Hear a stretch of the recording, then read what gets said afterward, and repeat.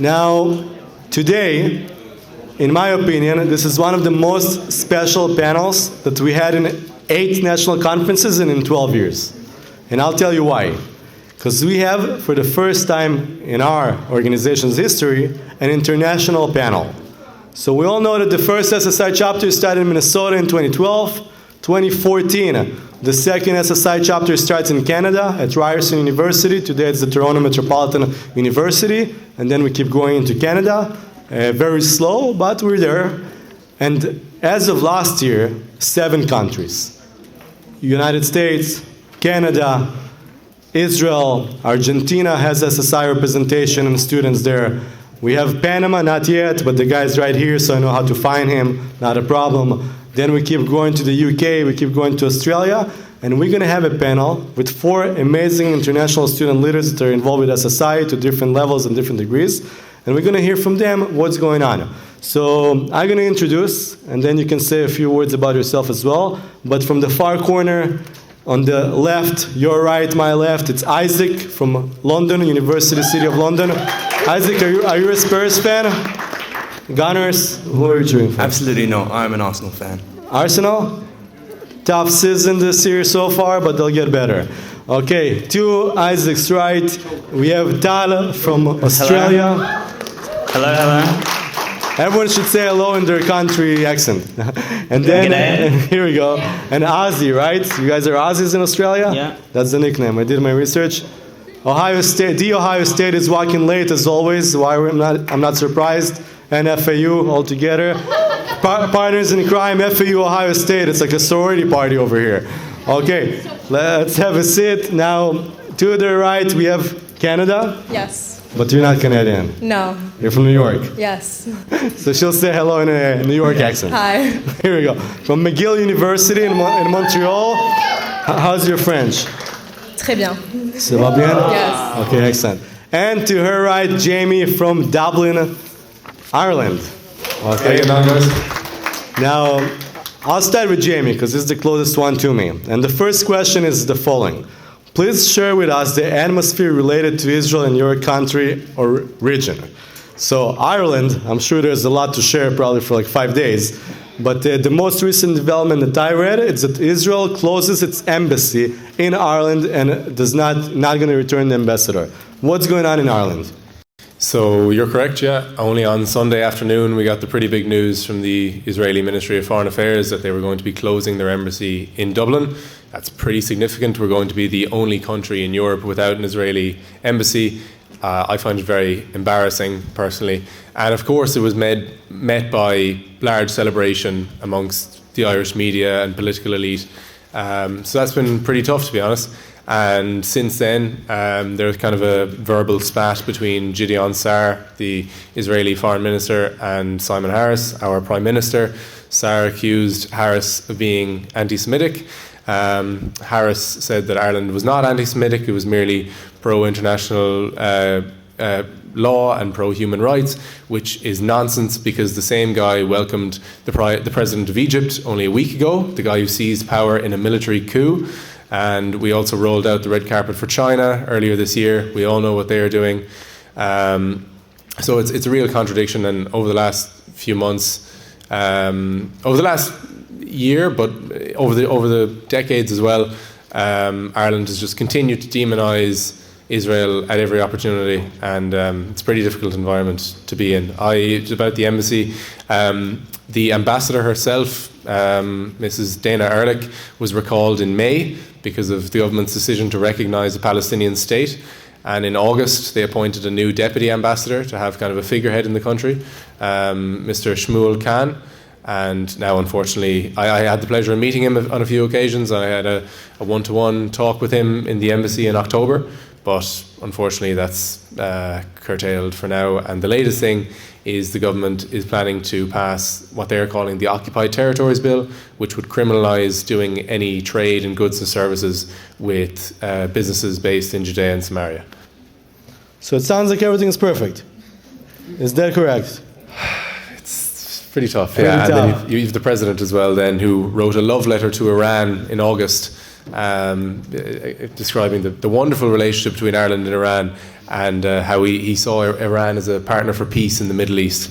And while the Israeli embassy closed in Dublin, the Irish have recently opened an embassy in September in Tehran. Now, quick follow-up question. So, are you going to be the Prime Minister in Ireland one day? Because this guy is a little bit, he sounds like a Zionist to me. You know, we need to work on it, right? As strong as my Zionist views are, I unfortunately don't think they'd be received pretty well, and I will be quick with this, but we had a general election on the 29th of November, and I was heavily involved volunteering with a man called Alan Shatter.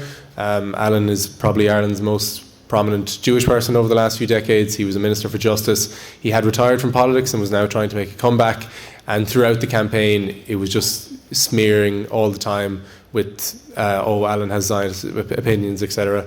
And unfortunately the campaign didn't go our way, but okay, it was very interesting to be involved in politics anyway, but unfortunately Zionism isn't being perceived too well in Ireland at the moment. Yeah, no, it is truly challenging, and if you guys think that your campuses are hard, go try to be at a university over there. You know, it's a whole different ball game. You know, we also know that there was a hostage that had a dual citizenship with Ireland and Israel, a girl, Emily, if I remember correctly. The Prime Minister said that she was lost when she was, not every day you get lost out of your house to Gaza by a Hamas terrorist taking you out of bed, but that's the terminology. And, we truly appreciate, Jamie, everything you're doing. We don't take it for granted. I think it's amazing. So while we're on that topic, let's stay on the island, and we'll go to London. So, Isaac, why don't you tell us what's going on in London in your little... In much the same vein, I mean, it's been very, very, very difficult to be a Jewish Zionist student in London, particularly in London in the last couple of months. If you look at anti-Semitism across the whole of the UK, it's been record levels of anti-Semitism. It's been up by 200% since October 7th. But if you look at where the anti-Semitic incidents are really happening, they're pretty much all centered between Manchester, London, and a couple other cities. And the reason for that is quite complex. There are a few different reasons for it, but one of the big ones is that these cities have really changed quite strikingly in the last couple of decades. We have a lot of people now who have come from Pakistan, Afghanistan, Syria, Lebanon, and... Not Zionist? Definitely not Zionists, unfortunately. And they've been proven quite hostile to us, to British people also. And there are parts of London which are just very, very quite scary places to go if you have an Israel flag or putting up hostages posters. It's a really, really scary place to be. But on top of that, we also, unfortunately, we have the problems of Europe, but also a lot of the problems of America. And we've imported this kind of academic wokeism, which has really been quite frightening within university campuses. So we have a twofold problem, and yeah, that's really the issue in London. Don't worry, we will get optimistic, okay? I promise. So, Australia, Tyler, why don't you tell us what's going on in your neck of the woods? Yeah, so in Australia, we have a small Jewish community, but it's pretty vibrant in Melbourne, at least where I'm from. But this year, we've had it tough. I don't know what organization they're called, but the Palestinians, they're always in downtown Melbourne and Sydney every single week. So we know Sunday you can't even go to the city anymore, completely taken over. And on college campuses, it's very different from here. Until recently, we didn't have any pro-Israel messaging or anything at all on campus. And something that was interesting to me, when I brought SSI over to Australia, I had an Indian international student friend, and he was like, hey, Tal, I never knew there were even a single Zionist or pro-Israel guy on campus. All I see is the Free Palestine and all that stuff. So, yeah, I got a lot of people saying it was refreshing, and it's definitely getting worse. We had an incident recently at the synagogue in my neighborhood. They got burnt down. What happened there? Yeah, they called it a terrorist attack now, so they just burnt down the synagogue, the Adas Israel synagogue. And a few days later, we had some car bombings in Sydney. So it is tough, but I think with our community, we're all getting together, and I hope for the best. Okay, and now they deserve, by the way, all of them deserve a hand, they're facing some hard realities. All of them deserve a hand. I'm thinking, especially here in the United States, between the people that we see on the panel here, and between the hostages that we see their faces on the wall, it puts things in perspective in what we're facing across North America. So while we come to North America, let's talk about Montreal and the French-Canadian side of the... So I can mostly speak for Montreal, not the rest of Canada, because it's very different in every place. But there definitely is a ton of polarization. There's a pretty good Jewish community in Montreal, but also a very big Arab community. So there's a lot of tension between the two. Just a few weeks ago, like down the street from my apartment on a Friday night, there was vandalism, like cars were being on fire, like breaking into stores downtown. So like that was literally 1 minute walk away from where I live. So there are protests constantly. Last year there would be like consistent 30,000 people, like marches on Saturdays. So it's definitely very, very like visible, the anti-Israel hate that there is, but there also is a decent amount of pro-Israel people living in Montreal. I think they're just not as visible as the anti-Israel ones, but you definitely sense it, and they have been aggressive at times, so it's been difficult to go through to see. Didn't you bring Yosef Haddad to your campus recently? The school canceled it? So Yosef Haddad did come to Concordia. He was at Concordia, which is another school in Montreal, if you guys don't know it.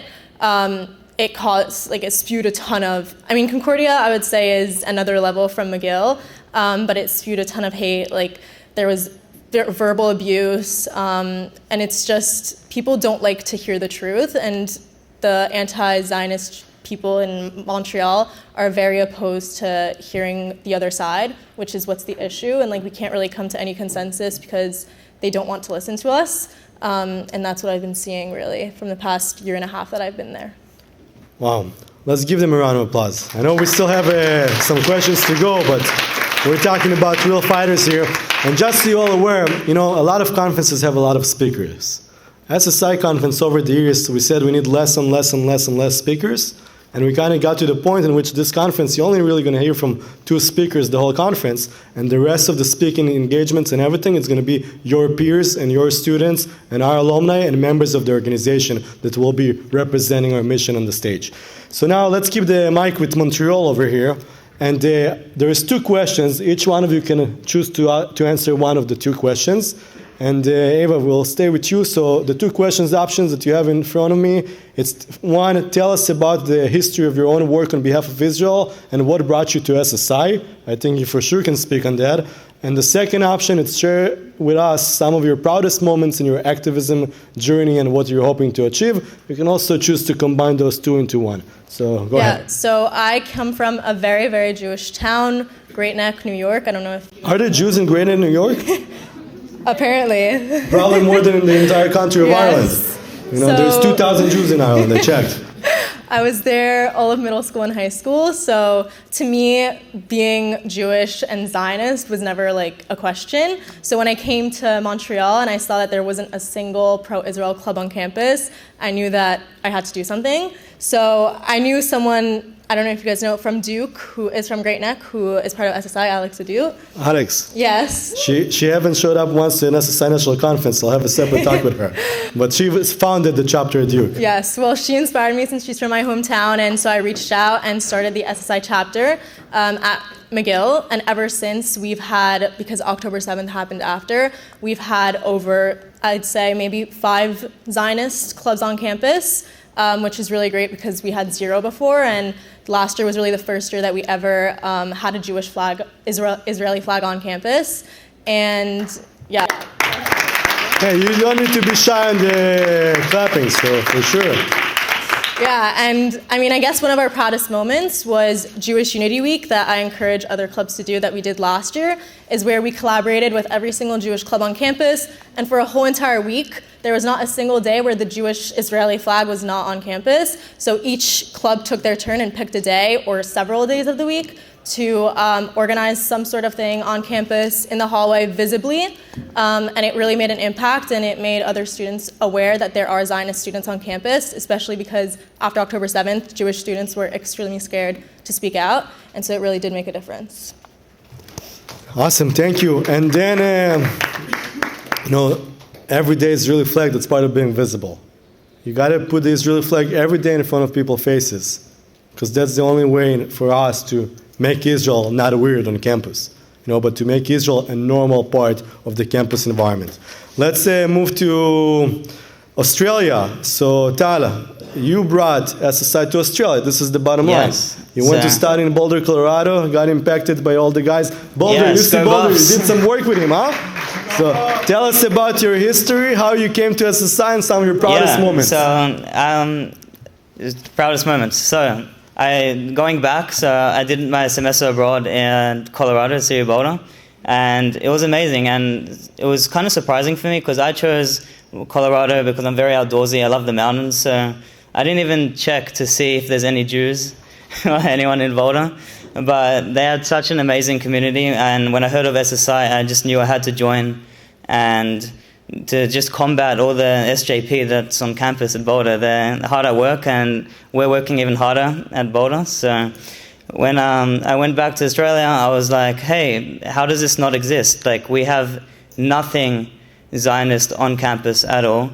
You never see an Israeli flag. So I was like, you know what, I'm going to bring it. And I got a few friends together, and we've grown a lot, and I'm very proud of it. And also, my proudest moment of SSI so far was actually when I went to UNSW. I went to visit Daniel, the president of... Daniel, raise your hand for a second. With Georgia, where's Georgia? Yeah, Georgia as well. So I went to visit them in Sydney, and we had a table there, and they have the biggest Lebanese community in Australia on campus. So tabling there was very different to tabling in Melbourne. It was definitely a lot calmer in Melbourne, but when you have all these people that are actually involved in the conflict in Lebanon, we just had amazing debates, great conversations, and what I was really proud about was there was a massive crowd of like 30, 40 people that were not interested in the conflict at all, but just heard us debate both sides.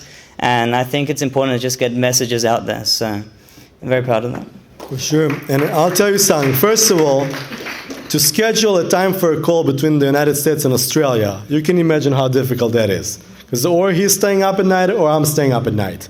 But I think that the fact that, when we started 12 years ago on a staircase in Minnesota, to think that 12 years later, there'll be people from Australia at a conference of SSI in Florida, it's unthinkable. But the seeds that you plant today, down the road, they can go very, very far. When he told me that there's also students in Sydney that want to do SSI, and also Deakin University wants to do SSI, and all of a sudden someone from New Zealand messages because he saw Australia SSI on Instagram, it's mind-blowing. But it only shows how needed it is, and I salute you and all the Australians that traveled here for 17 days by train, by ferries, and by planes, and by railroads to get to Florida. I appreciate what you do, and thank you for being here. So let's give them a hand as well to the Australians in the room. And now, Isaac and Jamie, tell us as well your story, how you got involved with SSI, proud moments. Yeah, well, I always grew up Jewish. I grew up super pro-Israeli, but I was never engaged in the political side of things. I didn't know what was going on. There was Israel societies all over London, but I was never really engaged in it. That all really ended on October 7th. I'm sure for a lot of you that's probably the same. And I was like, what do I need to do? Because I need to help Israel. And I started writing. I was published in the Times newspaper. I then just started working for a bunch of organizations. I'm a lawyer by training, so I worked for an organization called UK Lawyers for Israel. I then started... Sorry? With Natasha. Yes, with Natasha Hausdorff, yes. And then I'm working for Stand With Us, Camera, all these other different organizations. And from then on, I came to learn of what the work of SSI did. And we got connected with Ilan. And that's probably been our biggest achievement because through that connection with Ilan and through SSI, we've been able to have some really incredible events. We've just recently had a meeting with the ambassador to the UK, which was really great. We've had several really big events, and things are really looking on the up, and student engagement is up, and there's a lot of reason to be optimistic, even in quite hard times. Amazing. And the ambassador from the UK happens to be from my hometown in Israel. So that's a cool connection. But when Isaac told me at first that he's an Arsenal fan, I said maybe you shouldn't do SSI. But then when he told me, I still love Israel, we said let's do SSI even though you're an Arsenal and Gunners fan. Jamie, go ahead. So when I was a kid, my father used to tell me, my father would have been a teenager during the 67 and the 73 wars, and he would tell me at great detail how heroic these victories were and how inspiring this nation called Israel was. And when I was 12, I moved to Vienna in Austria, and I lived there for a couple of years on and off, and of course there the galling history kind of brings it home to you a lot more. And in 2022, myself and my parents visited Israel for the first time, and I would call that trip pretty life-changing now, looking back at it. And like a lot of other people in the room, since October 7th, you kind of just feel this urge, this need that you have to get out there and actually be a voice and be a defender, you know. And so I joined a group called the Ireland-Israel Alliance. It's a small group, but we have some people, and we had a few demonstrations. And in March of this year, it's probably one of my happiest, proudest moments. We had scheduled to hold a debate for the university, and it was going to be the only debate that had been held ever since November of 2023, when Natasha Hausdorff actually made a trip over to another university in Dublin. And that ended in chaos, with a guy getting up screaming that he wanted to repeat October 7th again and again. And Natasha was run off the stage. So we had to make this debate happen, and we managed to secure a pretty big MEP, member of the European Parliament, to come in. And this woman, very kind of anti-Israeli, quite famous, and she actually cancelled on us 2 days before, and we were essentially rug pulled by the university.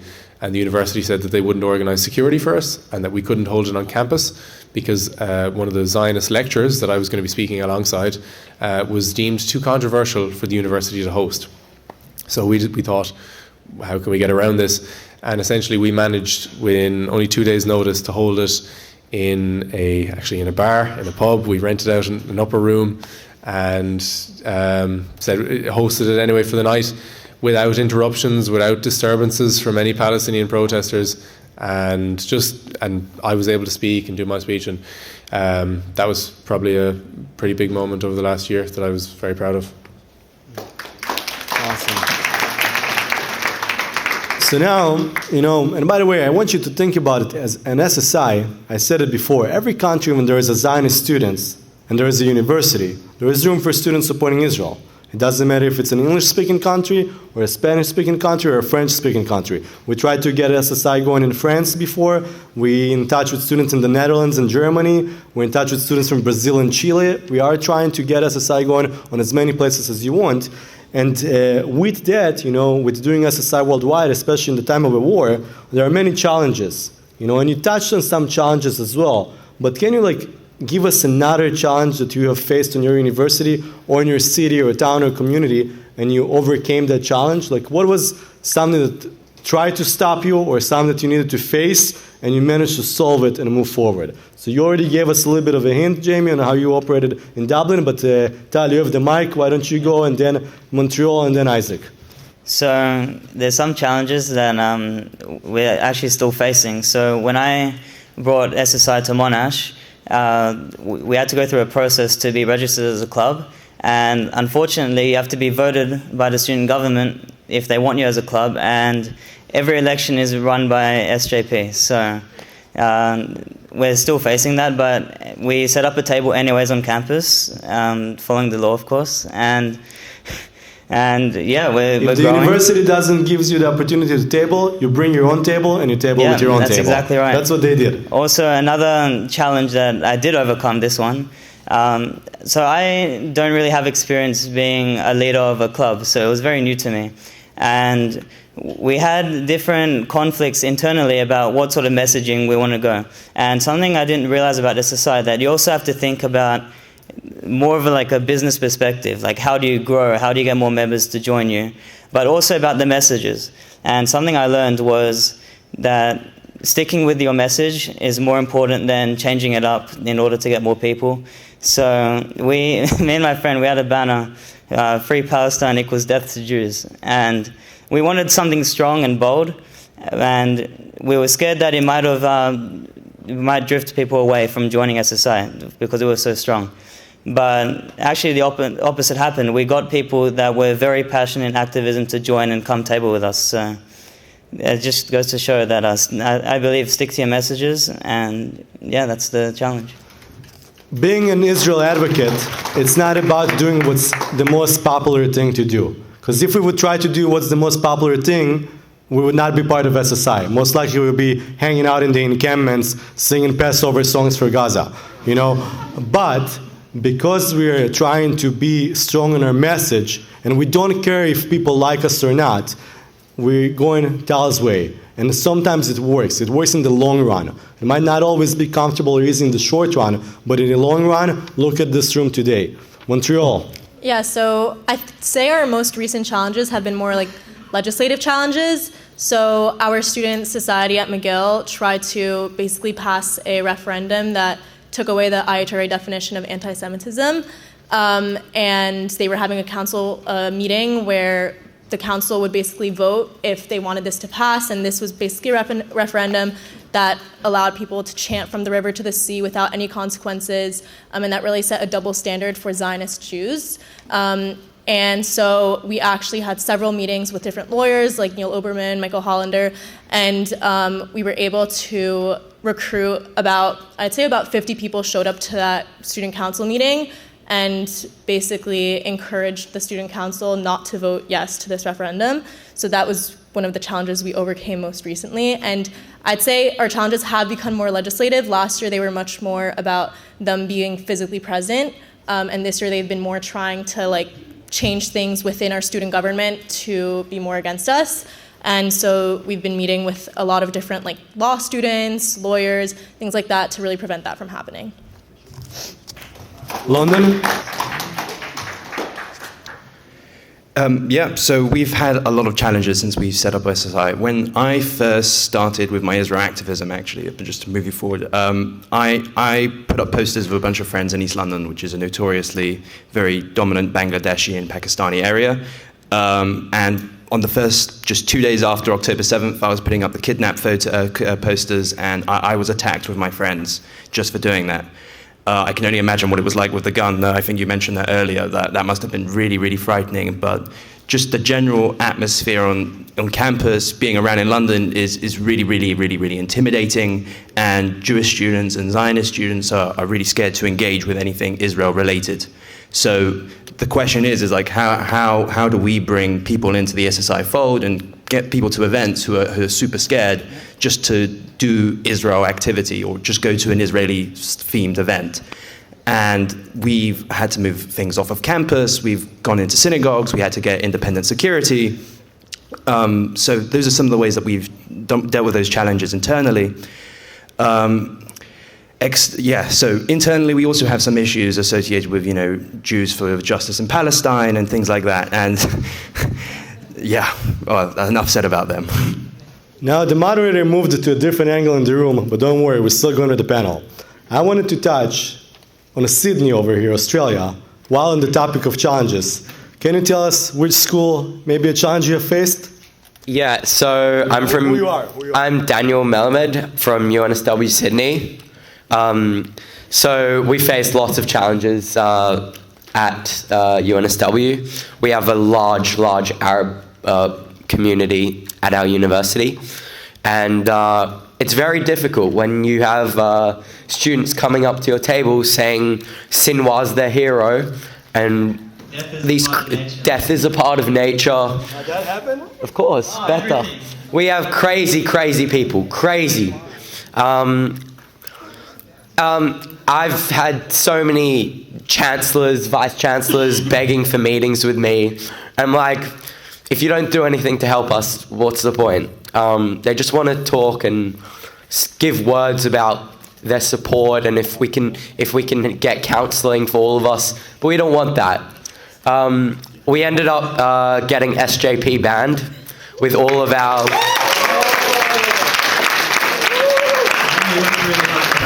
Yeah, through meetings with lawyers and other stuff, we got them banned eventually, but, the fight's not over.